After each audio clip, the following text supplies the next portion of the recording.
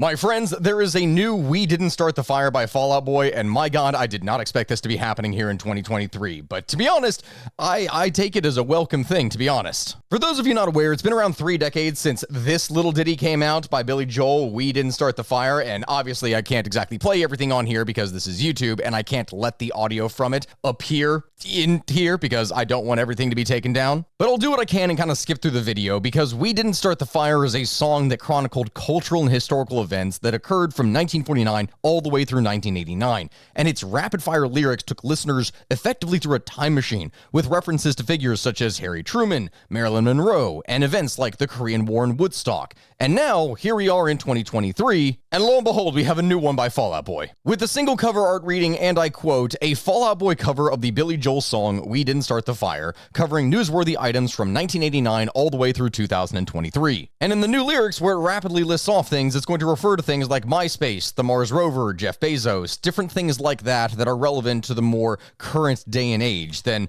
the events of the bygone era. Which is fascinating to look at, but I have to say, looking at this right now, it is interesting to note that in comparison to the previous song, there is significantly less of a chronological order in this song versus what the previous one was. And I don't really like that off the top of my head. I really don't. But in general, I find the song to be rather fun, even if critics really do not seem to like it. I am a storyteller and not a music critic, and the reason that you all are watching this is because maybe, just maybe, you have heard the lyrics of the song, but you don't quite know what the events are that are listed in it. Or even if you kind of understand what the lyrics are referencing, you don't understand the story behind that reference itself and why perhaps that is included in the song is a major cultural event. Which, in the day and age of the internet, to be fair, is a little bit of a long shot, but I digress. Either way, I think that there have been plenty of videos that break down the history behind Billy Joel's original We Didn't Start the Fire and explain each one of those events, which for a lot of people nowadays is something that they would need since they didn't actually live and experience them. But you know, I figured why the hell not? Why not just go and cover every single event that is listed inside of this massive song that just lists off like 80 different things back to back to back? Are you ready for this? You better be. You better like, comment, and subscribe right now because I know the amount of work that I'm putting into making this video in the first place with the amount of research coupled with the sheer amount of events that I'm going to need to be talking about in here, it's going to be taking a lot of time. So do that right now. And without further ado, let's go ahead and jump into things. All right, from the start, we go ahead and begin with Captain Planet. I have to say that for the beginning of this song, it's definitely a little bit of an odd choice, but it was one that I immediately understood and got the reference to, and I'm glad that it was in there because I know that a bunch of people can relate.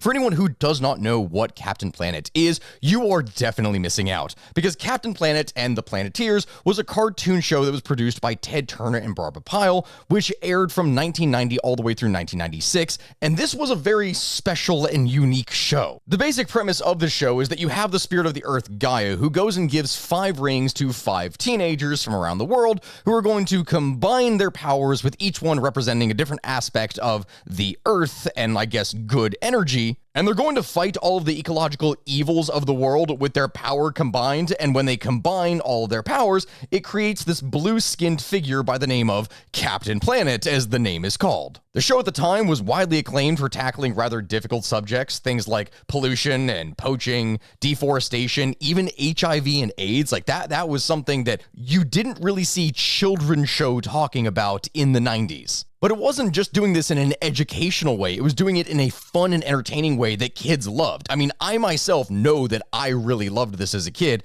and it's one of the key reasons why, before I did any of this or anything associated with history, for the longest time as a child, I wanted to be a zoologist, specifically because of the show. A show where anyone could become a planeteer and save the Earth like a real-life superhero. It was a very wonderful thing, in my opinion. Like, okay, I know that from the very beginning, I'm probably talking about this show a lot longer than I'm really supposed to, but the puns in it were awful and amazing at the same time, and if you want to know what I'm talking about, honestly, look no further than the villains. But yeah, there's a huge cast of these villains with their joke names and puns, but my easily favorite one among all of them has to be Duke Nukem, which is this guy that you can see behind me right here, which, as you can imagine from the name, is 2 references. One, and of course, to nuclear radiation and toxic waste from nuclear fallout, and simultaneously a reference to Duke Nukem, like the video game character. Anyway, no, seriously, I could go on about this show for a long time because this, when I heard it, just resurfaced so many memories from my childhood, but I'm going to be talking about way more things over the course of this video, so we need to move on from here. Next up, we're going to be getting into some heavier stuff because the second line on here is Arab Spring. What is the Arab Spring, you may wonder? Well, it's not a situation where you're having a bunch of flowers in the desert. No, instead, the Arab Spring is a loosely related group of protest. It's not one singular event, but rather a period of time in the Middle East and across North Africa, where there were a series of protests and different movements that resulted in regime change in some cases and outright civil war in others. Like when we were looking at the Arab Spring movement, not all of the movements could really be deemed as successful, at least, of course, if we're talking about this and the end goal being increased democracy and cultural freedom, because for many of the countries that are on this list, the revolts of the Arab Spring movement ended up being followed by large periods of instability and oppression, where things ended up getting worse for people afterwards instead of getting better. But given the significant impact of the Arab Spring throughout northern Africa and the Middle East, it's very easy to forget that a series of large-scale political and social movements began with the actions of really one kind of form of resistance, one individual. The Arab Spring movement would begin back in December of 2010 when a Tunisian street vendor by the name of Mohamed Bouazizi would set himself on fire in order to protest the arbitrary seizing of his vegetable stand by police over failure to obtain a permit. Obviously, I can't show and talk about these events in detail because of the things that we're talking about here, obviously, but his sacrificial act would effectively serve as a catalyst that would cause practically the entire country to rise up against its current government, creating what would be called the Jasmine Revolution of Tunisia. The street protests that ensued in Tunis, the country's capital, would eventually prompt the authoritarian president, Zine El Abidine Ben Ali, to abdicate his position and then flee to Saudi Arabia. This is a guy who had ruled the country with an iron fist for more than 20 years. And honestly, in terms of geopolitical deep dives, when I'm looking at this, Tunisia is probably one of those countries that we should probably do a deep dive into, just as in the case of what we did with South Africa. But in order to do that, I'm probably gonna need to post a poll on this channel if that's something that people want to see. But either way, what would end up happening is that activists in other countries would be inspired by the events that would transpire in Tunisia, rising up in their own respective countries in order to be able to make some form of regime change, and in most situations, that is not something that would work out. The participants in these grassroots movements may have sought increased social freedoms and greater participation in the political process, but ultimately what ended up happening with many of these protests is that they either failed or then morphed into full-scale civil wars, as evidenced by what would go down in Libya, in Syria, and Yemen. All in all, the Arab Spring was a time in our history that was one that was full of hope, but ultimately,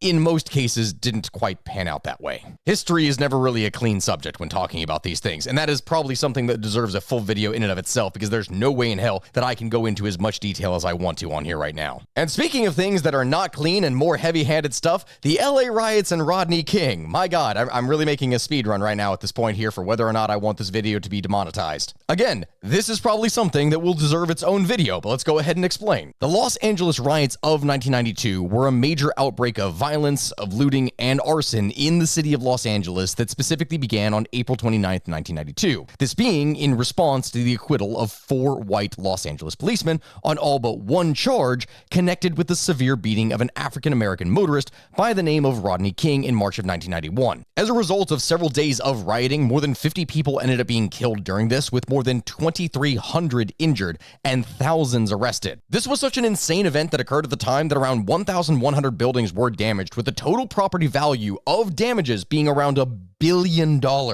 which makes the LA riots easily one of the most devastating civil disruptions in all of American history. And when we are talking about things for racial relations within the United States, this is still something that to this day is referenced, regardless of what side of the political spectrum you fall upon. But I can't really go into detail on all that, considering the subject we're talking about, so if you want to see a full video, definitely let me know in the comments section. Okay, next up on this list, deep fakes. Finally, we're getting to something that is a little bit less violent. Though I guess in many cases it has the potential to still kind of be violent even if the whole thing is fake. Aha, see what I did there? So my friends, what exactly is a deep fake? Well, let me go ahead and explain. Back in 2019 through 2020, the concept of a deep fake became a very big thing on the internet. And if you don't know what it is outright, you may have already seen some back from when those videos of Donald Trump playing Call of Duty with Barack Obama became pretty popular, and you would hear them insult each other and call them slurs. If you have seen or heard that, you have seen or heard a deepfake. A deepfake is essentially a much more advanced 21st century version of Photoshop, something that allows you to create fake images, fake videos, fake things using data that is already there, combining it with AI in order to create facial movements, voices, things like this. Hence the name, a deep fake. Now, when we are talking about these, I'm saying this right now, but the majority of deepfakes are spicy content, and that is not something that I'm capable of showing here on YouTube. Naturally, I'm sure that you all understand. There was an AI firm called Deep Trace that found 15,000 deepfake videos in September of 2019 that were uploaded onto the internet, which was a literal doubling of the previous number over 9 months. And guess what? 96% of those videos were adult spicy content in nature. Like, what they would do is that they would take the faces of celebrities and they would map those onto the faces of adult stars, if you get my drift. But the reality of this technology is that we don't know what people are going to be using it for in the future, and there have already been cases where people have used deep fakes in order to try and create some kind of chaos in social settings, and potentially you could see this in political settings in the future. Really, who knows? Okay, even now I'm taking way too long with this. We really need to move forward at a faster pace at this point. Earthquakes. Okay, wow, yeah, great next line. Earthquakes. Gee, Fallout Boy, thank you so much for being so specific when I was going and having to do research for this video, that this really helped me know what the hell you were talking about. This definitely did not make my job easier. Since Billy Joel released We Didn't Start the Fire back in 1989, as you can probably imagine, there have been a decent number of earthquakes, and some of them have been pretty major, so this could be a reference to effectively any of them, though one of the big contenders is probably the 2010 Haitian earthquake, which devastated the country when that launched. Another famous one could be the 9.0 magnitude quake that triggered a tsunami in Japan back in 2011, but that whole thing is referenced in another part of the song, so to be honest, I don't think that it's this one. It's more than likely just the Haitian one, but it doesn't specify in the song, which pissed me off when trying to make this thing in the first place, so I'm sorry. Here we go, another natural disaster. Next one up on the list is Iceland Volcano, and I know for a fact looking at this, like I don't know for a fact, okay, I probably shouldn't say that, but I have a distinct feeling that the whole reason that Fallout Boy said this line in the first place of Iceland Volcano is because they can't pronounce the name of the damn thing that they're referencing in the first place. And to be honest, I don't blame them. I just follow control. I just follow control. God damn it. Like, I knew looking at this that I was going to get this wrong. There's a key reason as to why they didn't sing this line in the song. I'm sure that is the case. But yeah, back in March in 2010, this Iceland volcano erupted, which is the first time that it has erupted since the 19th century. And when that happened, the eruption melted glacier ice, sending massive amounts of steam and ash into the air. And then winds swept the ash all across northern Europe, which ended up grounding a whole bunch of flights during that time period. And the name of that terrible volcano was, Eyjafjallajökull. that thing. So, okay, we move on from the infuriating back to the awful. The next line that is up on the list, Oklahoma City bombing. Naturally, as I've said before, I can't go into much detail when talking about this because we are talking about a literal terror act on YouTube, and that is a very spicy thing that we need to be very careful when we are addressing. But the gist of it is that on April 19th, 1995, a former U.S. Army soldier by the name of Timothy McVeigh would ignite a homemade bomb that he had concealed in a rental truck in front of the Alfred P. Murrah Federal Building in Oklahoma City. The attack that we are talking about here ended up taking the lives of 168 people and injured several hundred more. It was a truly awful and horrifying event. And until the September 11th, 2001 attacks would occur, this was going to be the worst terror attack that had ever occurred on U.S. territory. Naturally, since we're talking about that, again, there is not much more that I can say or really show here unless I did a deep dive, and even then, I have to be careful with what I'm talking about. And I guess, speaking of being vague with our lessons now, the next one up on this list is going to be Kurt Cobain, which for anyone not aware, Kurt Cobain was the lead singer, guitarist, and primary songwriter for the band Nirvana. He was the unofficial spokesman for people that were angsty, I guess, as teenagers over the course of the 90s. Like, this music. This music was hugely inspirational for a large number of people, and they funneled a lot of their emotion into specifically what it is that he created. Unfortunately, even if he was able to help people process their angst, he wasn't necessarily able to help himself. Over the course of his career, he would battle with many different addictions and would ultimately end up losing his own life to himself. He would take his own life. And ever since that action in 1994, Kurt Cobain has effectively been immortalized inside of pop culture. So I guess, yeah, if you're going to be referencing a celebrity, makes sense. And here we go, Pokemon, back to my childhood and many of yours, I'm sure. And guys, this is not fair. It is really not, because I could go on and on about the history of Pokemon, and I'm saying this right now, I think it would make a very good video, because the actual story of the company that created Pokemon and the story behind the creator is fascinating, and how it came to the US and around the world and became a global dominant force, and I can't even breathe. Oh my god, I'm speaking so quickly. Yeah, okay, I'm gonna need to save that one for another time, but to explain, back in the 1990s, you had Japanese game designer Satoshi Tajiri,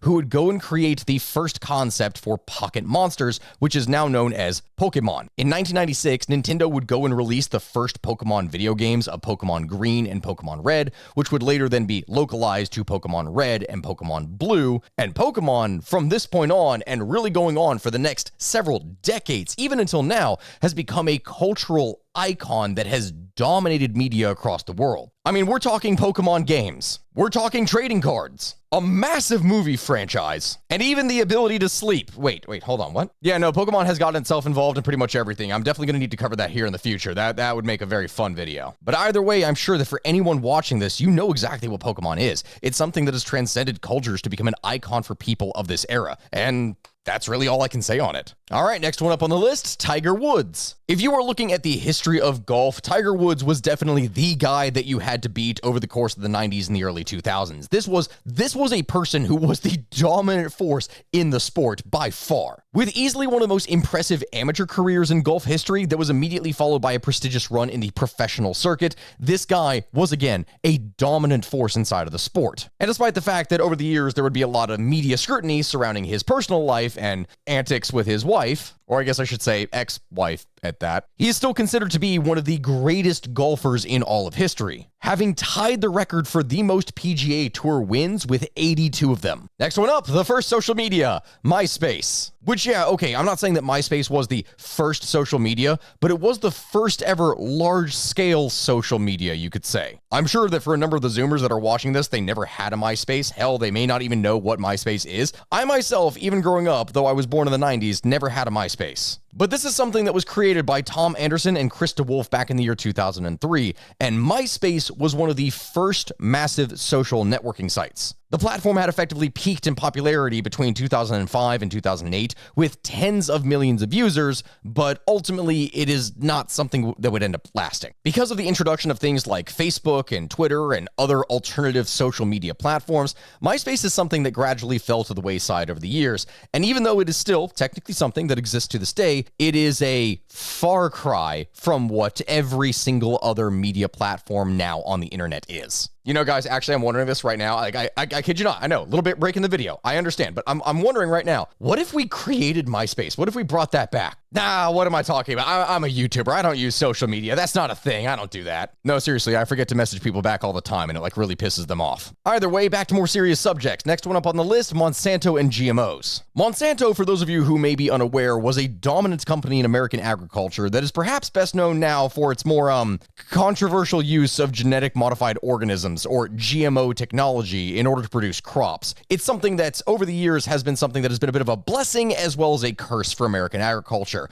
Really depends on how it is that you look at it. You see, my friends, this is the company that over the course of the late 20th century would end up genetically engineering seeds in order to be able to resist certain pesticides and herbicides. People had already been utilizing herbicides on their plants for years, so this wasn't inherently a problem at first, but you have to understand what it is that we're talking about here. Because they made seeds that were resistant to herbicides, this meant that farmers were now going to start in utilizing more herbicides on their plants to more effectively kill off weeds because they believed that their plants were not going to be as affected. And in many cases, they're right, or at least it seems to be, but in reality, these studies on this exact topic are still a little bit up in the air, and we won't really be able to confirm the long-term effects of GMOs for probably several more decades after proper research. So I'm very confident right now that someone in the comment section is going to end up starting a debate on GMOs, and everything is going to go to shit in there, because that always happens every single time anyone brings up this topic. And speaking of things that weren't initially controversial, but then kind of became controversial, or I guess sort of more over time, Harry Potter. Yeah, I didn't really know what kind of segue it is that I was going to be able to jump into this, but when talking about the history of Harry Potter,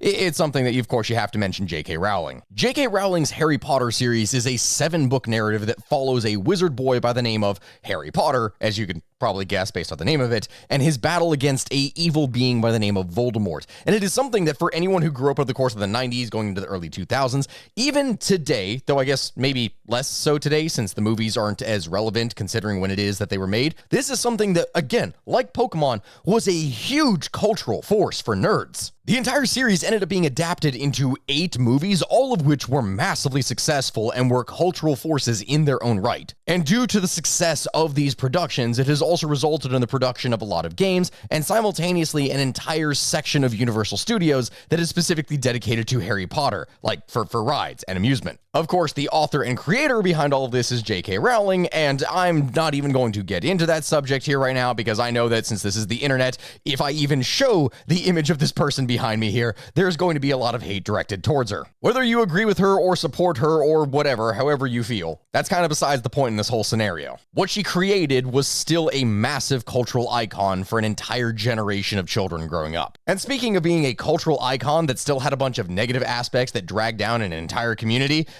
Twilight. Twilight is the next one up on this list. I know that for anyone who is only going to be listening to the audio of this, like as in the people who are listening to it on Spotify when I put this up as a bonus episode for the podcast, that they cannot see my face, but I hope you understand the pain in my voice when I talk about this with Twilight. Another author by the name of Stephanie Meyer would go and create a vampire-themed Twilight saga, the first book of which was published in 2005 and would entertain fans with love triangles, with forbidden romance, with rivalries between vampires and werewolves. Like Harry Potter, it also would spawn a massive movie franchise that would speak volumes to many prepubescent and teenage girls growing up. And I can say that right now, I'm gonna drop something right now for all of you listening and watching. I read Twilight, okay? I did. I read it. There are so many people on the internet who give their opinion about media that they have not seen, and so I can tell you all 100% without a doubt, with 100% certainty that Twilight is a giant load of crap. I had to do this whole thing called CAT testing back in the late 2000s in my school, and when you took these tests, which I guess you could kind of equate them to the ACT or SAT or whatever, but specifically it was for testing kids' knowledge in school rather than for college, I was really good at taking tests. So even though you were allotted like 3 hours to be able to take a test, I would always finish these tests in like an hour and a half, and you would test all day for these things for several days. So out of like an entire week, I had 6 or 7 hours in which I could do nothing. And we were told, hey, you can't leave the classroom when you are done. You have to sit there and you have to read. And I had already read every single book on my bookshelf at least 3 times, and I was bored. And there was nothing in the library that they had that was new. So you know what I did? I went to my sister's bookshelf after the first day of testing when I was suffering from boredom for that hour and a half, and my ADHD brain could not take it. And I picked up her book of Twilight, and I read it. I read the entire damn series over the span of like 3 days. And I can tell you right now, that is hot garbage. So yeah, dropping that little personal tidbit here, and let's go ahead and move on. Michael Jackson dies. On June 25th, 2009, the king of pop Michael Jackson would end up dying of cardiac arrest in Los Angeles, California at age 50, with his death being caused by a lethal mix of sedatives as well as propofol, which was an anesthetic. Jackson's death was later ruled as a homicide, and in 2011, Conrad Murray, who was Jackson's personal doctor, was found guilty of involuntary manslaughter. The entire thing was a massive mess, and I distinctly remember at this time my mother crying because, of course, she grew up listening to Michael Jackson. He had always been a rather interesting figure in the media with his Neverland Ranch and rumors regarding his personal health and dealing with his children, among other things.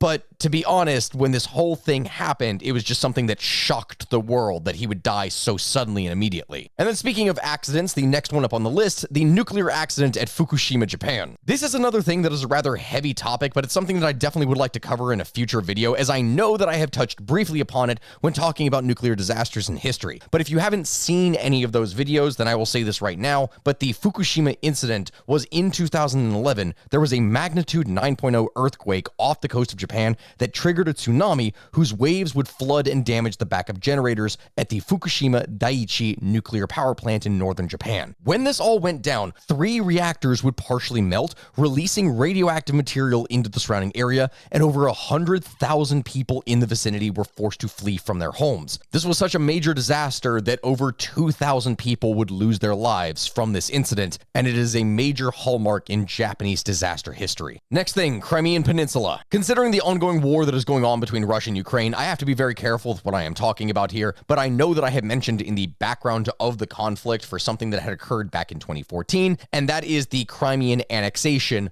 by Russia. Because in February of 2014, Russia, led by President Vladimir Putin, would invade and illegally annex Crimea, which is an autonomous republic of Ukraine on the Black Sea. Putin at the time would characterize this invasion as something that was perfectly legal and valid and necessary in order to be able to protect the lives of ethnic Russians within the area. But that is a whole other mess that we would need to dive into in order to properly explain. The reality of the situation is that the invasion would specifically occur after the previous president of Ukraine, Viktor Yanukovych, would be ousted from power. And this was a guy whose pro-Russia policies would end up pissing off a lot of people within his country. The annexation of Crimea would be condemned by the United Nations, but ultimately nothing would really occur over the course of the next 8 years until in February of 2022, Russia would go and invade Ukraine fully. And now that whole thing is still something that is ongoing, and I genuinely wonder what is going to happen. Next line on here, Cambridge Analytica. In comparison to a number of the things that we've already talked about, this is probably something that the least number of people who are watching this video know exactly what this is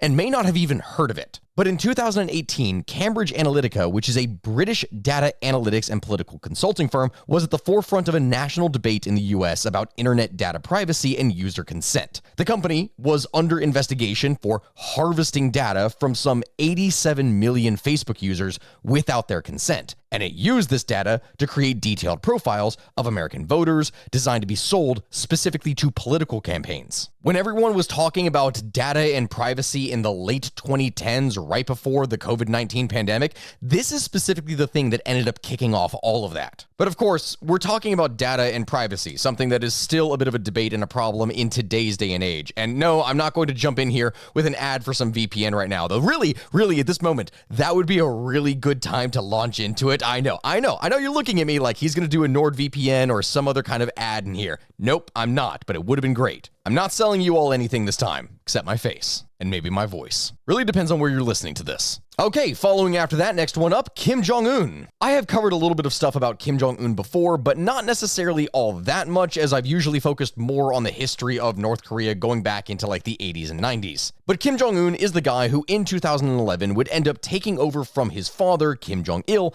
as the supreme leader of the country of North Korea, or the, quote, Democratic People's Republic of North Korea, which is really anything but that. I mean, it's North. To be fair, it's North. At least I got that part right. And really, I don't know what else it is that I could say here in this scenario. It's Kim Jong-un, and while many of the details about him and his regime are unknown outside of North Korea, he is oftentimes characterized as a person who is a repressive dictator who specifically moved to rapidly develop US weapons as quickly as they could in order to be able to compete with Western powers, and specifically the United States. Like, do you all remember just a few years ago when Kim Jong-un and former President Donald Trump were trading insults at one another? And this is something that people were like arguing and saying, oh my God, we are straight up about to have nuclear war. And then ultimately, of course, that doesn't end up happening because we were all still here, unless this is all some kind of giant simulation or something. And Trump would meet with Un back in 2018 and de-escalate things from the war of words that was being waged, that was threatening nuclear fire over the entire planet. That was a fun time.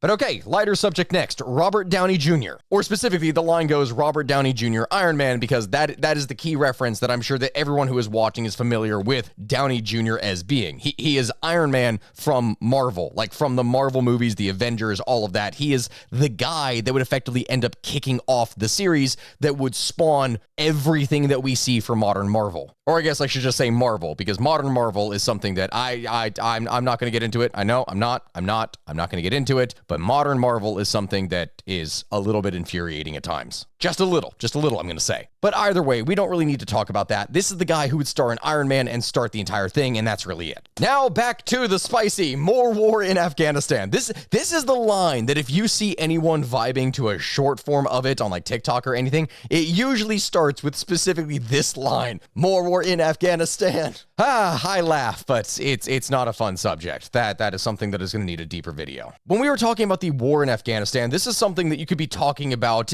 any number of times over the course of a period of 20 years, or hell, if you want to go back further, you could even talk about the stuff going into the 80s and prior. Afghanistan is in general a giant mess. But specifically, when this is saying more war in Afghanistan, this is referring to the international conflict that was triggered by the 2001 September 11th attacks of 9/11. And this was a war that was waged between the United States and Afghanistan from 2001 all the way through 2014. After 2014, the new government of Afghanistan, sponsored by the United States, would end up taking things over, but this obviously would not last, as if you fast forward a couple more years, and then you have President Joe Biden, who executed the order for pulling out of Afghanistan, and then as soon as they did this, the Taliban ended up taking over full control of the country again, and yep, everything has kind of gone to crap since. Back to a more positive thing then. Cubs go all the way again. This is a very quick reference, but for anyone who is not familiar with American baseball, the Chicago Cubs is an American baseball team, and the Chicago Cubs won the 2016 World Series. And this is the first time that they had done so since the year 1908. It had been over 100 years since the Chicago Cubs won the World Series, and that was a pretty big deal for them. It's a short reference, but it's still something that's rather nice. It's funny. Obama. Obama, in this case in the song, is of course referring to President Barack Obama, who I'm not going to get into anything on politics or policy or anything like that, because to do so, I mean, I would have to cover 8 years of history in there, and that's not something that I want to do right now. Also combined with the fact that, again, we're going to be getting into politics there, and that's not something I like to do on this channel. So of course, since we're not going to be getting into politics, the only thing that I can really say here is that President Barack Obama was the first African-American president to be elected as president of the United States, and he would be in office from 2009 through 2017, during that time earning a Nobel Peace Prize, and in general working with international allies around the world. How you feel about him in the scenario doesn't necessarily matter, but he is still a significant figure. Next one up on here, Spielberg, which I found to be a rather interesting choice going into this. I say interesting because in comparison to a lot of the people that we were talking about, Spielberg is someone who did a lot of really big things going in the time of Billy Joel's original We Didn't Start the Fire song, and the current one as well. Like, this is a guy who has been going for over 5 decades producing movies. Like, Jaws came out all the way back in the year 1975, and even past 1989, he was producing things like Jurassic Park going into the 90s. And is still going to this day. So, I mean, Spielberg is an individual that is probably in his own right a cultural icon. It makes sense that he would be included, but it also feels weird that he's been doing stuff over that entire time period versus just what it says in this song. Next up on here, though, back to the darker stuff, Explosion Lebanon. I know that I'm going to have to be very careful with the footage that I show for this specific event, but an explosion that occurred on August 4th, 2020 ended up devastating the streets of Lebanon's capital, Beirut. This was when a warehouse caught fire and a large amount of stored ammonium nitrate combusted, resulting in a mushroom cloud explosion that killed more than 200 people and injured about 7,000. The chemical reaction came from the fault of an improper safety measure as well as neglect, and following the disaster, almost 500,000 people inside of the country of Lebanon were left homeless. This is another one of those references in here that I genuinely think deserves a full video, or rather than talking about just the Beirut explosion, that we would need to talk about Lebanon itself, because as a state, Lebanon is very close to, if not already being considered, a failed state. And that is something that we need to dive into for a variety of different countries around this world. If you'd like to see me do a video on the failure of Lebanon as a state, then by all means, go ahead and put that in the comment section. The Unabomber. Okay, oh boy, that another terror thing to talk about. Great. I really hope nothing happens to this video. The Unabomber, as the name goes, is a name that is given to an individual by the name of Ted Kaczynski, who is an American mathematician, a political extremist, and a domestic terrorist. Between 1978 and 1995, he would detonate around 16 bombs across the United States, attacking universities as well as airlines. And by the time that he was actually arrested, at least 3 people had died and 23 people had been injured. His story is a rather dark and interesting one, and he is an individual who was sentenced to life in prison with no parole and would ultimately end up passing away there only recently, like June 10th of 2023, where he would die reportedly from taking his own life. Next one up here, Bobbitt John, and okay, yeah, this is a bit of a weird one. So I'm going to try and explain this incident as delicately as I possibly can. For anyone who doesn't understand the reference of what this is talking about, Bobbitt John is a reference to John Bobbitt, whose wife, Lorena Bobbitt, in 1993 ended up cutting off his manly parts. And John Bobbitt, who was a former U.S. Marine, then had to undergo a 9-hour surgery, which would then go and reattach that part, which ended up being successful. The incident that we're talking about ended up being covered widely all across national media, and Bobbitt became a household name that everyone was talking about. Initially, over the course of this case, all of the focus had been on Lorena Bobbitt and her actions against her husband, but then as it turns out, over the course of the case, it came out that Lorena was accusing her husband of having physically assaulted her and done many other horrible things to her. So her action, though being assault, was something that simultaneously was done out of defense for herself. And this was serious enough that these were charges that he would later have to face in court. Ultimately, of course, the couple would not work out and they would end up divorcing in 1995. You don't really get to come back after that. Yeah, you don't really get to do that. Next one up on here, bombing Boston Marathon. Again, the amount of terror-related things that are put in here that I really hope this whole thing does not get demonetized. Please, for the love of God, YouTube God, shine down upon me. If you all don't remember when this whole thing went down, the Boston Marathon bombing was a terror attack that occurred at the Boston Marathon, which is, of course, where the name comes from, on April 15th, 2013. What had happened was that homemade bombs were placed and detonated into a crowd,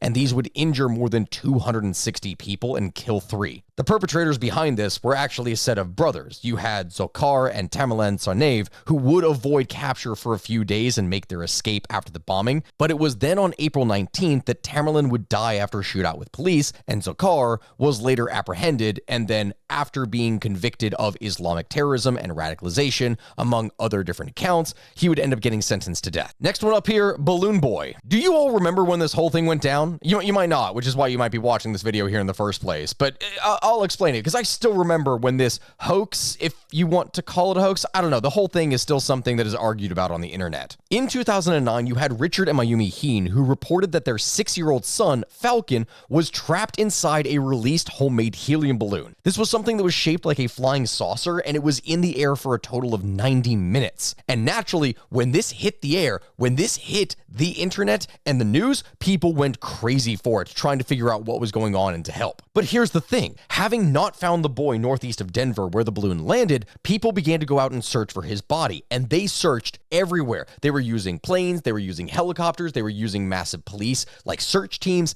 everything you can imagine. The amount of resources that went into this thing was insane. But then later, Falcon was discovered. Not in the field, mind you, not his body. No. Falcon was discovered having been hiding in the attic of the Heen's family home. He had never been in the balloon in the first place. And so the situation received a massive amount of publicity, and ultimately, Falcon would end up becoming nicknamed the Balloon Boy, and if I recall correctly in here, his family would end up getting charged for, faking an incident, essentially. Though still, to this day, they maintain their innocence, that they didn't know that he was not in the balloon. Next line, War on Terror. There's a number of points in this song where they seem to reference to things that ultimately end up being related or kind of the same thing, because we've already talked about more war with Afghanistan. And this is that same kind of concept, because following the terrorist attacks on September 11, 2001, the United States would end up launching a global counterterrorism effort. The term War on Terror was first officially used by the US government on September 20th, and the effort came to include a number of different major wars, including Afghanistan and Iraq, as well as monitoring different political, ideological, and religious groups across the Middle East in order to be able to search for terrorists and capture and interrogate them to make sure that they were not going to be launching additional strikes. All in all, this is effectively the thing that has dominated international policy for the United States for the past several decades. But next line, QAnon. I don't even know how I can actually begin to explain this. Okay, so QAnon is a highly conservative American conspiracy theory that originated online sometime in the year 2017, and it gained traction among a number of different groups with varying degrees of extremity. Believers of this conspiracy have a tendency to antagonize the Democratic Party, Hollywood, and overall what they consider to be the deep state that is behind pretty much everything, that controls all of the country behind the scenes. There's even aspects of this conspiracy that believe that members of Hollywood, as well as the Democratic Party and other groups, are involved in a cannibalistic, satanic kind of cult. I don't even know properly how I would begin to even explain this. But it's a mess, to say the least, and is definitely one of the more extreme and yet prominent conspiracy theories that you see online on the internet. Either way, moving on from there into yet even more politics, Trump gets impeached twice. Again, I don't like talking about these things. Why do I have to talk about these things? Look, just like in the case of Obama, I'm not going to talk about track record or policy or anything like that. The short of it is that if we want to talk about impeachment, the fact that Trump got impeached twice is a very big deal because he's the only one that has ever happened to in history. Like, he is the only American president that has been impeached twice. There have been other impeachments, of course. Andrew Johnson was impeached back in the year 1868 for violating the Tenure of Office Act. Bill Clinton was impeached back in the year 1998 after his affair with Monica Lewinsky. And then, of course, you have Trump, who was impeached twice. Yeah. So it's still something that is very politically and historically significant. It's just, I don't even know what it is that I can say here on the internet right now. Regardless of what I say, the comment section is going to be a mess. Either way, next line, polar bears got no ice. This one is a fairly obvious one considering climate change, which is a weird thing because we're going to mention this in a second because climate change is in and of itself another line. So it's kind of referenced twice. Again, I know they keep on doing this, but the melting of Arctic ice due to climate change is something that threatens a variety of different Arctic species. And one of those species that is gradually losing its habitat over time is the polar bear. So we are going to be seeing less and less of these over time. On to more amusing things then, Firefest. Now, again, this is one of those things that I don't really blame you if you don't know what it is,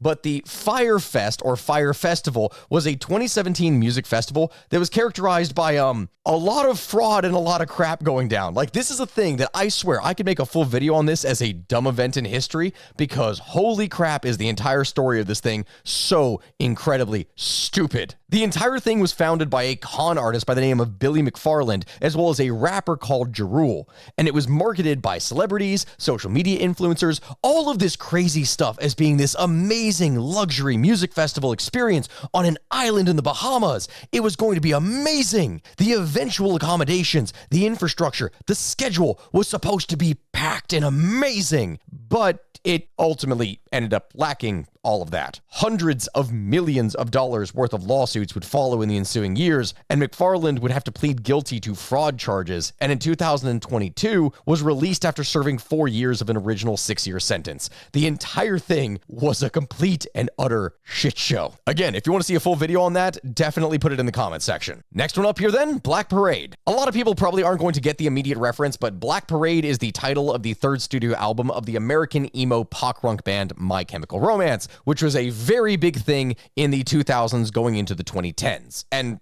honestly, looking at this, I know my wife personally loves My Chemical Romance. She grew up with it. I knew of it and had some previous friends that were really into them. I'm a little bit confused as to why this is in here in this list, but I digress. Again, I'm not a music critic. It seems a little bit off. Whatever. Moving on. That's it. This whole thing is a reference to a freaking album that was put out by an emo band in 2006. All right. Next one up, Michael Phelps. If you know sports history or you know Olympic history, then you know Michael Phelps. That's just the gist of it. Michael Phelps is a former American Olympic swimmer, and he has won the most medals of any athlete in Olympic history. We are talking 23 gold medals, 3 silver, as well as 2 bronze, which is a lot, mind you. He has a grand total of 28, with 23 of those being gold, and the second place, the second most medals earned by a person, is this individual, Larissa Latnina, and she earned a total of 18, with 9 of those being gold, which is a very big difference. Okay, moving on, Y2K. For those Zoomers who are watching who are growing up with more modern computers, this is something that not many of you may be as familiar with, but Y2K was a pretty big deal over the course of the 90s as people started panicking what was going to happen to their technology, and I'll explain why. See, Y2K is a term originally coined to address a computer-related concern that emerged as the 20th century was coming to an end, sometimes called the Millennium Bug. The gist of it is that in the 20th century, many computer systems and software abbreviated 4-digit years as 2 digits. Concerns were then raised that the software would fail to distinguish between years like 1900 and 2000 upon the turn of the century, though the actual impact ended up being minor. Like the thought, people genuinely were afraid that what was going to happen was that computer systems would create an error when it tried to switch to that next year, and it would cause entire systems to crash all across the country for big financial sectors, for airlines, for everything. And then ultimately, that didn't end up happening. What happened instead was that the system system just reset, and 2000 was just again referenced as 00, and that's it. Continuing on, Boris Johnson. We've talked about a lot of American stuff over the past, well, I don't even know how long the video is at this point, but we've talked about a lot of pretty much just that, and Boris Johnson definitely is not that. This is an individual who was a British politician who served as mayor of London from 2008 through 2016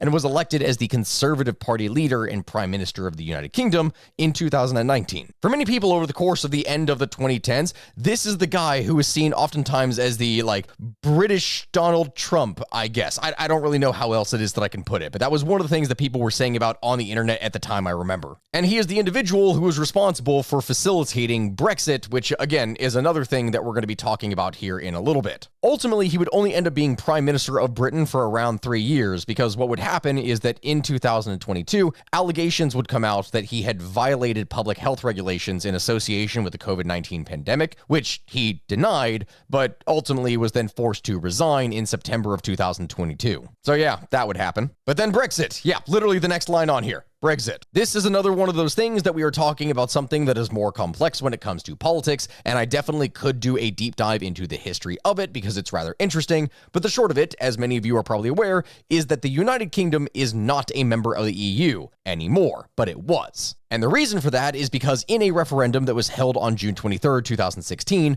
around 52% of the participating voters opted for the United Kingdom to leave the EU. Brexit was the political process of the UK's withdrawal, and the term is a combination of the words Britain and exit. So Brexit. I mean, it's very obvious. And there's actually a lot of puns when people have been debating about other European nations that could possibly move. And I find it amusing. Like, to leave is one of them. And it's just so funny in my opinion. But either way, once that happened back in 2016, there were several years of debate of, okay, how the hell do we actually do this in the first place? And no one seemed to be able to agree. This caused a change in leadership in the Conservatives, which led to the rise of Boris Johnson and the ousting of Theresa May. And people were confused during this whole time, but then ultimately Brexit still ended up becoming a thing and came into action on January 31st, 2020. So yeah, it happened, and that's all I'm going to say on it. Next up, Kanye West. So for anyone who is not aware of who Kanye West is, this is probably one of the most famous rappers to ever exist. And you can say famous for a variety of different things. Famous in the sense that his music is exceptionally popular and has been popular for decades, but also because he is an individual with a lot of mental, quirks, we're going to say. He has been the subject of many different political and public controversies, which I'm not necessarily going to get into them, but there have been a variety of different comments that he has said, whether in context or out of context, that has caused a lot of disturbance in the public domain, to say the least. Like, seriously, one of the least controversial things that he ever did was that back in the year 2019, during the MTV Music Video Awards, when Taylor Swift was getting her award, he jumped up onto stage, took the mic from her, and said, "I'ma let you finish, but Beyonce had one of the best videos of all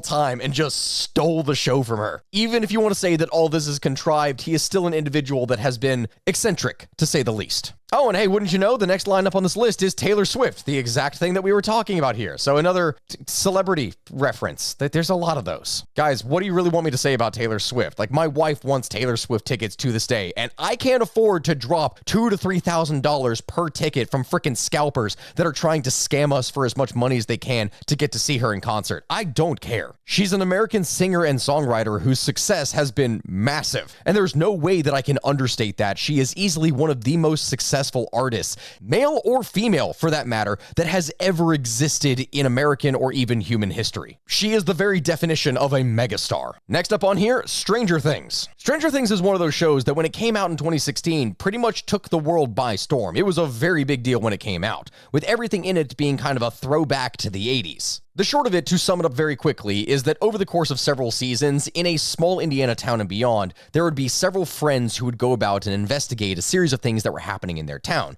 from child abductions to government experiments to even supernatural horrors that were wreaking havoc upon their town. And this is something that at the time, effectively, as I said, took the world by storm and became massive almost overnight. Say what you want about the later seasons, but at least in the beginning, it really took people's attention. Next up, Tiger King. The Tiger King is a popular popular documentary series on Netflix and follows the story of Joseph Maldonado Passage, better known as Joe Exotic and big cat breeding in the United States. The gist of what happened is that in 2019, Joe Exotic was convicted of animal abuse and attempted murder for hire of fellow zookeeper and animal rights activist Carol Baskin, and this is still something to this day that ends up getting referenced in internet fights and arguments on the internet. It's just one of those things, man. All right, finally, back to something a little bit more serious. The Ever Given and the Suez, oh my God, this whole thing was just kind of funny and dumb. Awful for so many financial institutions, but still funny and dumb. So get this right, it is the year 2021 and the world supply chain is already under a lot of pressure because of the COVID-19 pandemic. Things are not easy. And this all but almost collapses when the Suez Canal, the key lifeline upon which the majority of the world's trade flows through, ended up being cut off because this shipping container, the Ever Given, ended up being wedged sideways and blocking off the entire canal. This would block things for a grand total of 6 days in March of 2021. And as an essential waterway, the Suez Canal, again, processes something along the lines of 15% of the entire world's trade. And this one ship ended up cutting off the shortest route between Europe and Asia. And it's just mind-blowingly hilarious. People lost billions of dollars because of this one ship, and it didn't even sink. It just blocked things for a few days. Okay, the next thing's up on this list. We're gonna have to kind of speed past rather quickly because we're talking about pew-pew-pews in places that you're supposed to be learning, which I don't even know if I can say the word here because, again, it's on YouTube and we have to be very careful with this, but we're talking about first Sandy Hook. Look, this is not an easy thing to talk about, but obviously since it's talking about different cultural and major events in American history, one of the things that it's going to reference is a number of the shootings that have occurred. And in this case with Sandy Hook, it was an elementary school that ended up getting shot back in December 14th of 2012, in which 20 students and 6 educators would ultimately end up losing their lives. Things like this have occurred before, as was the case with Columbine, which we're going to be talking about here next, but this is something that still to this day is one of those hallmarks that when people talk about legislation regarding gun control, this is something that is brought up. Regardless of however it is that you feel about that political matter, this is still an event that is going to be referenced for that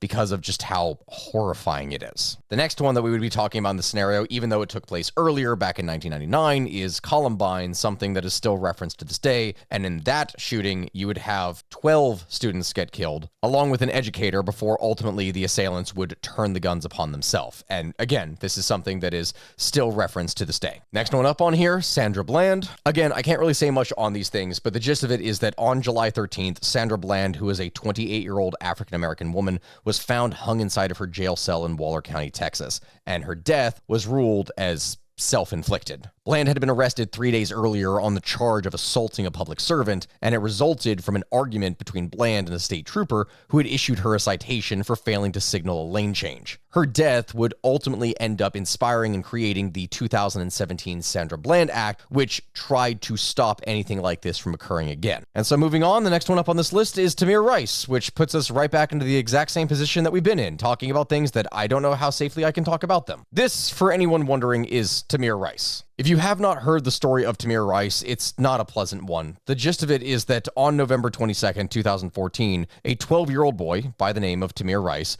was killed by law enforcement in a Cleveland, Ohio park. The reason that this happened in the first place is that Tamir was in the park and he had a replica toy gun that was something that would shoot pellets, and he was apparently waving it around inside of the park. Police dispatchers did not relay to the officer that it was likely a replica, and an officer pulled up to the scene and within seconds of doing so would pull out his own firearm and end Tamir's life. And next up, ISIS, because of course, after everything that we've talked about now, we really want to double down on these kinds of things now, don't we? Yeah, I'm not going to show any flags or anything else when talking about this because very obviously any one of those things could be flagged, because what ISIS is the Islamic State in Iraq and Syria, and it's one of the deadliest global terrorist organizations with the Salafi jihadist theology, something that originated with Al-Qaeda in Iraq during the Iraq War. This would go and branch away in 2006 to form what would eventually be known as ISIS. As a radical insurgent group, this was something that was at its largest and most bureaucratically sophisticated in 2015, where at the time, with the civil war that was going on in Syria, holding a geographic area covering some 40,000 square miles before ultimately declining and then being largely dismantled by the end of the decade. ISIS is still something that when people reference terror, this is the hallmark of when people talk about Islamic fundamentalist terror. Again, I have to be vague with that.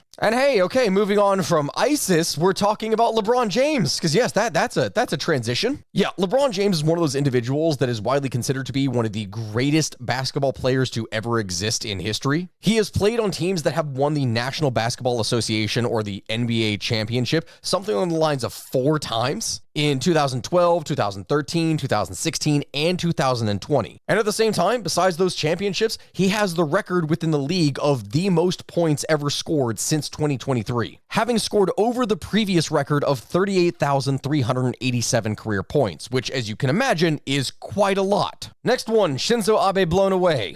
The thing that this references is definitely something that took me by surprise because I still remember last year when all this went down. For those of you not aware, Shinzo Abe is the former prime minister of Japan who was assassinated. Like, Japan is a place that, typically speaking, does not have a lot of gun violence, and what ultimately ended up happening to Shinzo Abe is that he was shot during a campaign rally on July 8th, 2022 by an individual who had made a homemade gun, like a straight up pipe gun out of Fallout or something. This is a guy who was the longest serving prime minister of Japan, and ultimately he would end up losing his life here. But the actual story of how all that even went down is insane in the first place, because apparently the assailant was disillusioned with Abe's alleged long-standing ties to the Unification Church, and the assailant's mother had given like $700,000 to this church and then gone bankrupt, and it's a mess. It's an absolute mess. But yeah, the prime minister of a country without many guns getting offed by a pipe gun is, that's definitely not one of the things that I expected to be on my 2022 list. Next up, Meghan Markle. Meghan Markle, for those of you not aware, is an American former actress and the current spouse of Prince Harry of the United Kingdom. Perhaps her best-known acting role was in the popular legal drama series Suits, and she would marry Prince Harry in 2018, but then in 2020, amid allegations of poor and possibly racist treatment from the royal family, the couple ended up retreating from royal duties and instead moved from Britain to Los Angeles in the United States. Now, you can say whatever it is that you want regarding them, but the short of it is that after they retired from public life, they continued to inject themselves into public life over the course of many years, and it's been to much of the internet's amusement, to say the least, and that's all that I'm going to say on that subject. They want their privacy, but not really. And of course, next line, we had to do this. We had to. Why else would we do this? Which then brings us to the next line, and definitely one of the more spicy ones in here, George Floyd. Look, regardless of where you stand on issues politically or socially within the United States, you cannot deny that George Floyd and his subsequent death would be a massive figure in United States history, especially in terms of recent racial relations and politics. Because the gist of what happened is that on May 25th, 2020, you had an individual by the name of George Floyd who was killed by a Minneapolis police officer by the name of Derek Chauvin, who knelt on Floyd's neck for more than 9 minutes after Floyd was accused of using a counterfeit $20 bill. The viral video circulation of Floyd's last minutes ended up generating massive amounts of global attention and mass protests regarding police brutality. And so that summer, all across the United States, massive amounts of protests would occur, where anywhere between 15 million and 26 million people were demonstrating over Floyd's death. Perhaps even more significant with this is that in 2021, Chauvin would ultimately be convicted of murder, which is a very rare thing to occur for law enforcement officers standing trial for police violence. All right, next up then, the Burj Khalifa. You've all seen that giant pointy thing that points into the sky that is stupidly tall for no reason? Yeah, that's the Burj Khalifa. Yeah. I'm really going to need to start moving through these in rapid order, so let's go ahead and get into this. The short of it, even though this thing is, again, very tall, and I know that's an awful pun, is that the Burj Khalifa is located in Dubai in the United Arab Emirates and is the world's tallest building with a height of 2,717 feet, and it has 163 floors, a lot of which, near the top, are not used at all. This is something that was unveiled back on January 4th, 2010, following 6 years of construction, and it surpassed surpassed the previous record of the Taipei 101, the previous record holder. I know that probably one of the things that we could do in the future is a whole video on mega projects, but I know for a fact that Simon Whistler already has an entire series about mega projects, and I feel like at that point I would just be ripping it off, even though the story of this thing is fascinating, even if the building is ultimately, in my opinion, kind of stupid. Moving on, Metroid. If you have been on the internet, then you are probably already aware of what Metroid is, but Metroid is a game that has been around since 1986, and it allows you to take control of the bounty hunter Samus Aran as you go across a variety of different settings, from desolate planets to space stations, fighting all different kinds of alien creatures. Being a franchise that constitutes more than a dozen different titles, Metroid games have sold millions upon millions of copies and has been a staple of Nintendo for many, many years. Not necessarily as big as Pokemon, but it's definitely one of the classics alongside things like Mega Man. And speaking of things in space, next thing up on this, the Fermi Paradox. Which, okay, how am I even going to begin to explain this? All right. In short, where are the aliens? In his later years, there was this Nobel Prize winning physicist called Enrico Fermi, who would conjecture this paradox, this idea of wondering, well, how, with the age and size of the universe, have we not yet had some other kind of extraterrestrial space creature of some kind, some alien that is capable of making contact with Earth? Or maybe we already have and we don't know. It's a little bit more of a confusing thing on this list. I don't know what to say here. Next up, Venus and Serena. More celebrities / sports stars. So Venus and Serena Williams, or the Williams sisters, are a remarkable duo who have effectively dominated women's tennis for many years. And when I say many years, I mean they dominated for around a period of 2 decades. So much so that to this day, Serena Williams is still a household name for many Americans, and for women in sports has been largely an inspiration to young women everywhere. Anyway, next, another sports star, Michael Jordan. Another sports thing. Okay? I'm sure that the majority of you watching are already aware, but just like in the case of LeBron James, Michael Jordan is considered to be one of, if not the greatest basketball player of all time. And while of course he's an extremely famous professional basketball player, the other aspect that makes him extremely famous is that he was in Space Jam, another thing that was a cultural icon of the 90s going into the early 2000s, in which Michael Jordan plays... Actually, wait, when did Space Jam come out? I seriously had to stop myself for a second while talking because I was wondering when the hell did Space Jam actually come out, but that's 1996. So yes, the 90s. Huge cultural icon of the 90s going into the early 2000s, and kids everywhere, their first introduction to basketball as a professional sport, besides watching what their dad may have been seeing on TV, was seeing Michael Jordan play with the Looney Tunes. Am I back now? I'm back. Oh my god. I have been filming this for a long time here. You all better like this video from how long this is taking me to make this damn thing. Next up on the list, YouTube killed MTV. Back in the day when you saw a music video, this was typically something that you would see on MTV, because MTV, or music television, that is something that began playing music videos beginning back in 1981. Before you had anything like YouTube or Spotify or anything like that, if you wanted to tune in for a very specific song, then that means that you had to tune in to MTV to see the music video at a very specific time of the day. And this is when you would see things like Michael Jackson, Madonna, Tina Turner, etc. All these individuals are what you would see when you turned on MTV. But of course, this is not something that lasts, because going into the early 2000s, you then have the release of YouTube. And though there were other streaming services before, YouTube is something that once it really took off, absolutely destroyed anything when it came to MTV. I mean, the reality was that even though MTV was a cultural icon for media, for music, for these different kinds of production, it was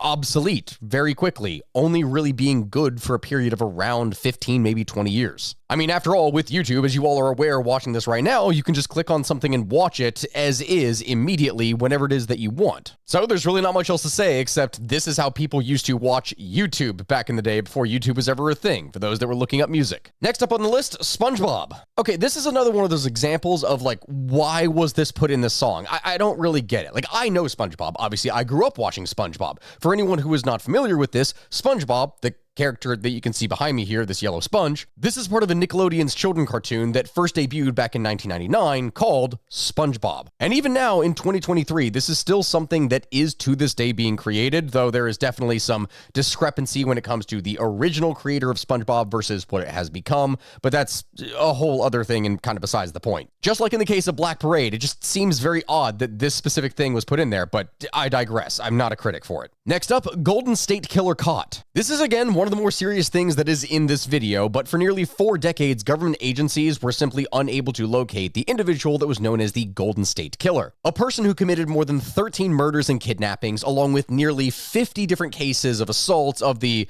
very unfriendly and aggressive man-woman variety, and more than 120 invasions over a period of 1975 and 1986 in California. So even though all of this was occurring between, or rather before, 1989, when the original We Didn't Start the Fire came out, he wasn't actually caught until very recently. After using nearly 40-year-old DNA, only in the past several years was the Golden State Killer caught, and it ended up being this guy, James DeAngelo.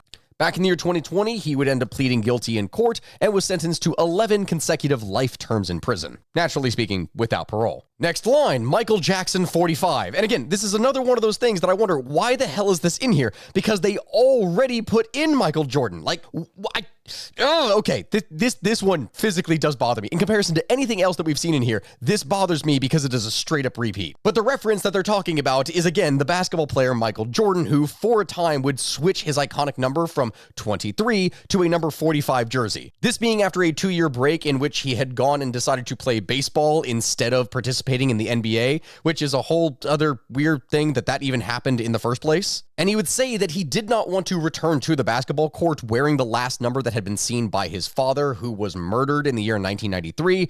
But the fact that this whole thing is included in the song as an actual transition is dumb. It's weird. Why would you put this, Fall Out Boy? Why is this a thing? Then we have the next line, Woodstock 99. Kind of similar to what we talked about before with the whole Fyre Fest, Woodstock 99 was definitely a little bit of chaos, to say the least. The entire event would take place during a scorching hot weekend in late July of 1999, and this notorious final Woodstock Music Festival would take place at a decommissioned Air Force base near Rome, New York. Headliners would include Korn, Bush, Red Hot Chili Peppers, Metallica, Kid Rock, and Rage Against the Machine. And because of the type of acts that were included in this meant that the people that showed up to this event were arguably a little bit more aggressive than had been seen in previous years. Something that the original Woodstock had initially been billed as 3 days of peace and music, and this was, raging against the machine. Woodstock 99 effectively became a smorgasbord of chaos, with temperatures in it reaching above 100 degrees Fahrenheit, with very little shade. It was overcrowded. It was overflowing, like its septic system was completely backed up and flowed out everywhere, which was disgusting, especially in that heat. It was filled with rampant, violence of the more sexual variety. And oh yeah, destructive riots, and a whole bunch of it ended up getting razed to the ground. Yeah, no, seriously, they ended up burning a bunch of this crap to the ground when it was already 100 degrees outside. Holy crap, that would probably be its own fun little story right there for a video. Next up, Keaton Batman. Even though I would definitely argue that when people think of Batman in today's day and age and movies, the more common thing that they think of is the Christian Bale series, but what we are talking about here with the Michael Keaton one is the 1989 reboot that would feature Michael Keaton as Batman. So yeah, I mean, it's something that is pretty iconic to culture, but again, it feels odd that the much bigger Batman was the Christian Bale series, and that's not referenced. Instead, it's Keaton. It's Michael Keaton. Like, no, I'm not a critic. I'm a storyteller. Moving on. Bush versus Gore. Again, we are kind of diving back into politics, but I'm going to have to be as vague as possible when I talk about this. But when we are talking about Bush versus Gore, this is of course talking about the 2000 election for the United States and the position of the president, which to this day is still something that is somewhat controversial. And the reason for that is that as night fell on the election in November in the year 2000,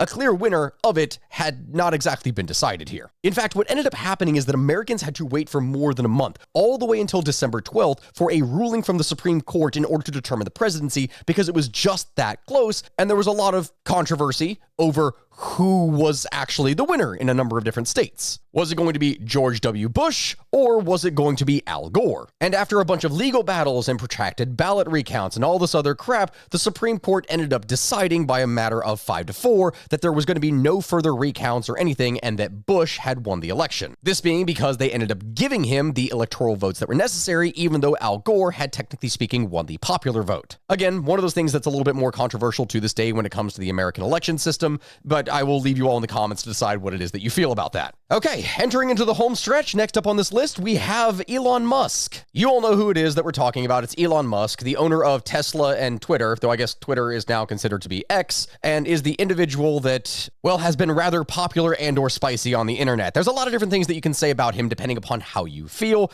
There's a lot of negativity, there's a lot of positivity. I'm not really going to get into all of that, though I did at one point make a video of Mark Zuckerberg versus Elon Musk in a fight, like how that is a whole thing that is supposed to be happening. But hey, I guess he's included in here because Elon Musk is the owner of SpaceX, and in 2022, SpaceX would launch the first space flight that was completely manned by civilians, and that's it. So, I mean, that is a pretty big deal in terms of human milestones. Not to mention the fact that depending upon the list that you look at, he may possibly be the richest person in the world, or the second richest. It's honestly something that kind of fluctuates very rapidly depending upon stocks. Next line, Kaepernick. More controversy. I like how when you go and look up Colin Kaepernick, it doesn't even pop up with anything saying football player. The immediate thing that it lists him as the primary title is American Civil Rights Activist, which is just, it's very ironic that that is the case, even though he was utilizing his football platform in order to do so, because that's primarily what he was. Though I guess now more people know him as a household name for his protests. Either way, for those of you who are not familiar with him, Colin Kaepernick is an individual that is an American football player and a social activist who was a quarterback for the San Francisco 49ers. So I guess in that sense, it kind of makes sense that they're not putting his whole thing as being a football player. Now he's just a social activist. But the thing that he was really known for from these football games is for kneeling during the national anthem at the beginning of each NFL game as a kind of protest against racial injustice and police violence. Once he had started doing this, many other NFL players would also start following suit, and this is something that over the late 2010s would create a large degree of controversy across the United States. Again, depending on how it is that you feel about it, you're going to have completely different opinions, but that is something that he is known for and is a household name that people are aware of what was going on. Next up, Texas failed electric grid. This is another rather interesting inclusion because what happened with this is that in February of 2021, a bitter winter storm swept through Texas, which ushered in temperatures that were cold enough to freeze natural gas supply lines and prevent wind turbines from being able to spin. What ended up happening as a result of that is that widespread power outages would affect around 10 million residents inside of Texas, one of the worst disasters that the state has ever had to face, and would ultimately end up resulting in around 200 people dying during this time. The reason why they talk about Texas's failed electric system there is because Texas, in comparison to other states, is something whose system is more isolated from the rest. Because its systems were so deregulated and independent from the national infrastructure of energy, this just meant that when everything went to shit, there was nothing that they could really do to bring it back. They were just not prepared for all of this to happen. So yeah, that was something that occurred back in 2021. Next line up on here, climate change. Again, it's another kind of little odd decision that they put this here in the first place, because I'm sure that we all know what climate change is, or at least we have an idea of it in the first place. We already talked about polar bears not having any ice, and now this is once again referenced inside of the song, but I digress. When we use the term climate change, this is a real catch-all term that can involve a whole variety of different things. We're talking about fluctuation in Earth's weather as a result of atmospheric changes, biological interactions, geological processes, astronomical events,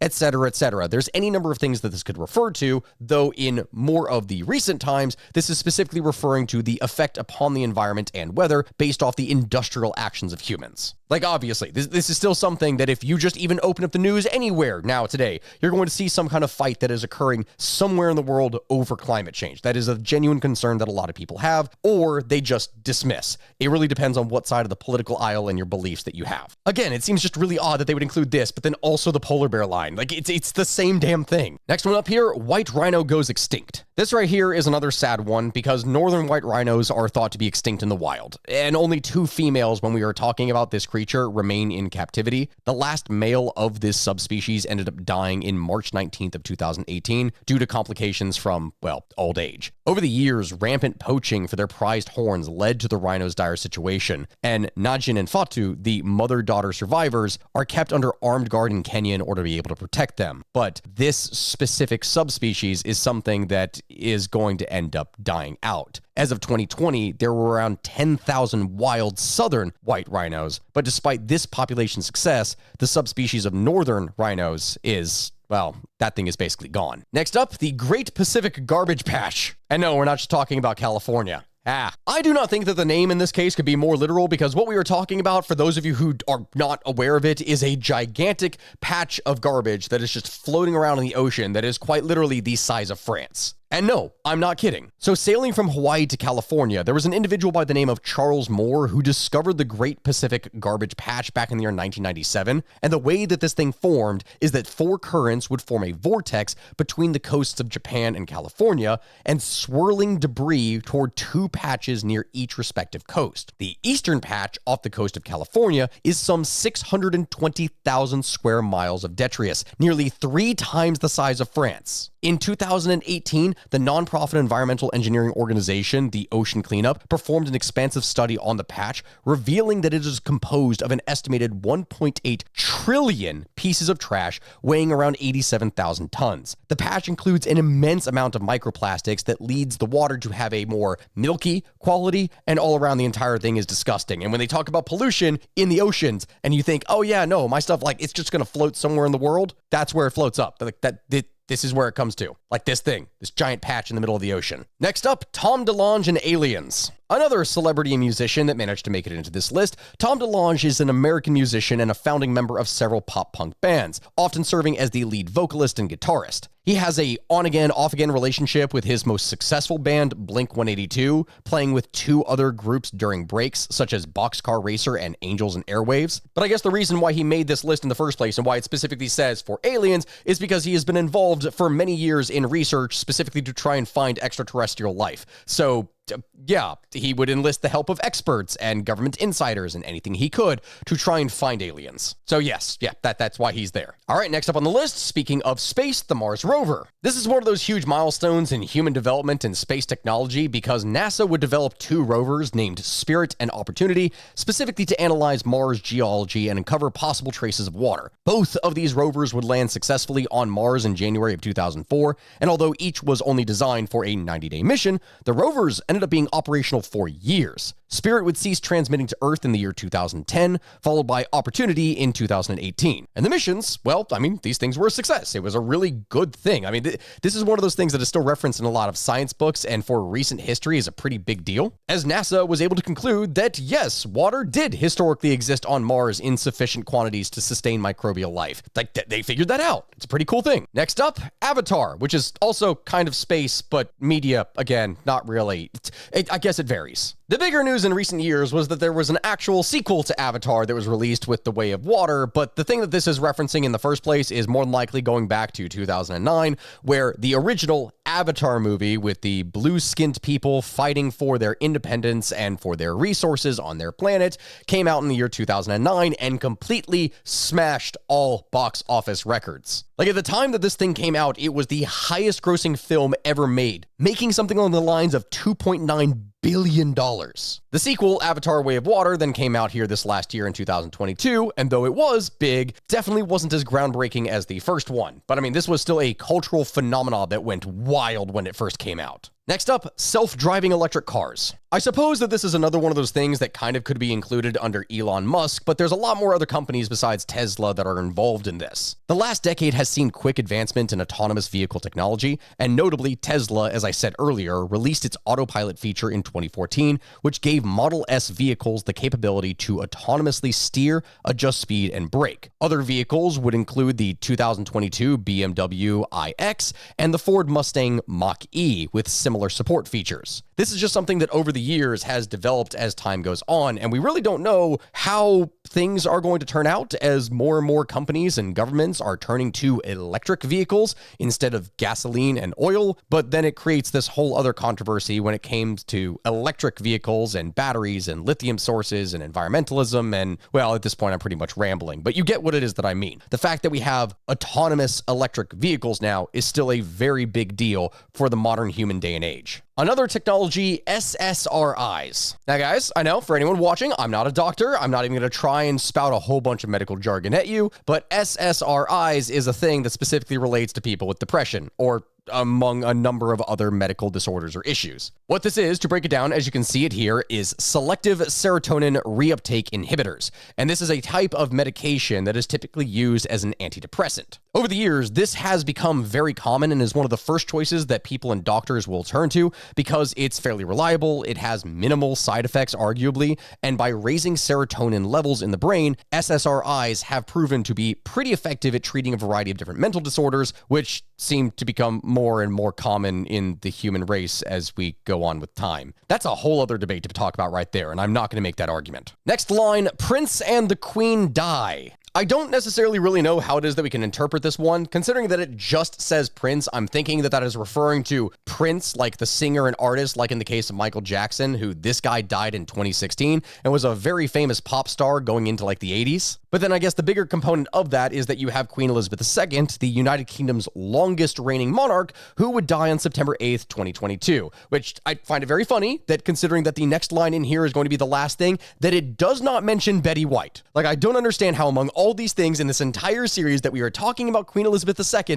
and we are not talking about Betty freaking White and the competition between them of who would die first, which ultimately Queen Elizabeth II she was going to win. Like, she won that big competition. I'm really surprised they did not mention that, but they would mention every other thing in here multiple times, it seems. Anyway, Queen Elizabeth II would reign until she was 96, having ruled for over 70 years, and she was succeeded by her son, Prince Charles, who became Charles III. The other option that it could be talking about when it says Prince is that it could be Prince Philip, who was, her husband, who had died back in 2021. So that's very possible, but really we don't know. We don't know. It's not very specific when it comes to this song. And then the final line in this entire massive ordeal that we've been doing, World Trade Second Plane, which again is just a repeat of the things that it has already talked about in this song, which bothers me, of course, but then simultaneously I know that I can't really show a lot of images or videos of this because it's just going to end up creating a lot of trouble here on YouTube, and I have to be very careful when I'm actually putting together and making this video. The line, of course, is referring to the World Trade Centers, where on September 11th, 2001,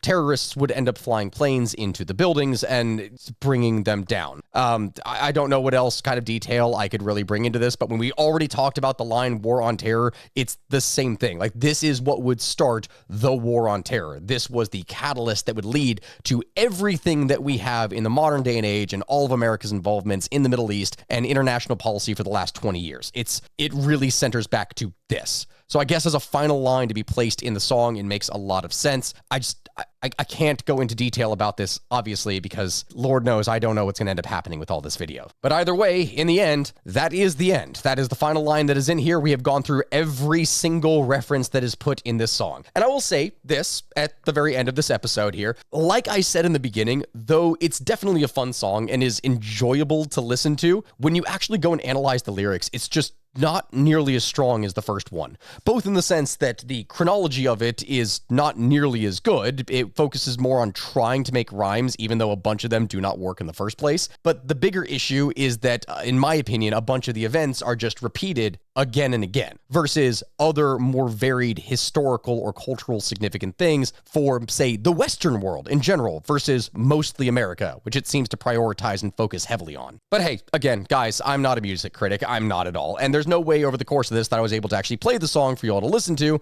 So I'll probably put a link down in the description that is going to link you to the video and the song here, the thing you can see in the background myself, or you can just look it up if you want. But it's still something that in the end is rather enjoyable. And I think that doing a little bit of a dive into all the different historical aspects of this was still a pretty fun thing to do. So everyone, thank you very much for watching. And this was a long video, both in terms to write, to record. I think my notes going into this were like seriously 19 pages long to make it. It took a long time to make. So if you could if you could comment, subscribe, do everything you can to help this video in the algorithm, I would greatly appreciate it. It's definitely one of the longest, if not the longest one for a dedicated video that I'm putting out on this channel. And I appreciate all of your support. Thank you, everyone. And I hope you have a good rest of your day. Let me know in the comment section below what it is that we should do next. Goodbye, everyone.